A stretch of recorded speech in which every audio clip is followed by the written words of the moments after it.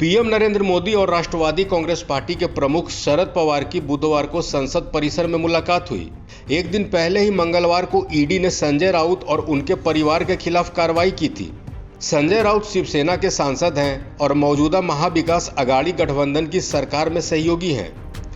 CM Uddhav Thackeray Shiv Sena के chief हैं, वहीं इस गठबंधन में एनसीपी के साथ कांग्रेस भी भागीदार है। इसी बीच शरद पवार और पीएम नरेंद्र मोदी की मुलाकात होती है। इसके बाद सियासी कयासों का बाजार गर्म हो जाता है। दोनों नेताओं के बीच करीब 30 मिनट की मुलाकात हुई। पीएम मोदी से मुलाकात पर शरद पवार ने कहा कि शिवसेना सांसद संजय राउत के मामले को लेकर भी बात हुई है। उनके साथ अन्याय हुआ है, उनकी प्रॉपर्टी को अटैच किया गया है। बीजेपी के नेता ईडी को लेकर धमकी देते हैं। संजय राउत के खिलाफ कार्रवाई करने की जरूरत क्या थी? क्या ऐसा इसलिए किया गया कि वो सरकार के खिलाफ बोलते हैं?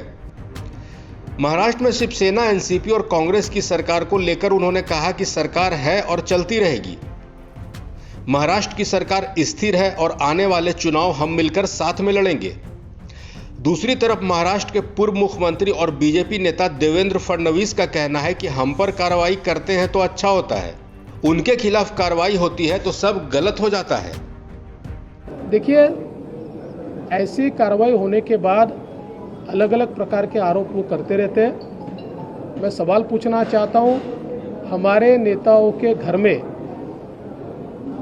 अधिकारियों को भेजकर उसका नाप लेकर जहाँ कोई भी गलती नहीं है, ऐसी जगह पर भी कार्रवाई करने का काम ये करते हैं, तो हम कहते हैं कि ठीक है, अगर ये कार्रवाई हो रही है तो हम लोग कोर्ट जाएंगे, हमारा न्यायालय पर पूरा विश्वास है।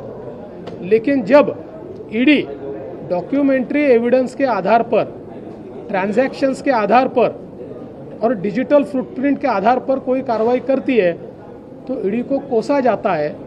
ये एक प्रकार की इनकी रणनीति है।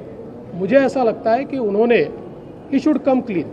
इसके पहले मंगलवार को शरद पवार के दिल्ली स्थित आवास पर भी महाराष्ट्र के विधायकों समेत अन्य नेता मौजूद हुए। इसमें कांग्रेस, शिवसेना और एनसीपी गठबंधन के विधायक के साथ ही केंद्रीय मंत्री नितिन गडकरी भी उपस्थित हुए। इस बैठक में शिवसेना सांसद संजय राउत भी मौजूद हुए थे। दूसरी तरफ बुधवार को पीएम मोदी से एनसीपी चीफ शरद पवार की मुलाकात हुई।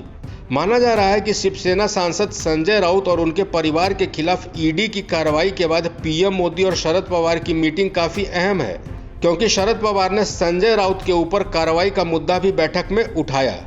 इस खबर में फिलहाल इतना ही। अपडेट्स के लिए बने रहिए वन इंडिया हिंदी के साथ।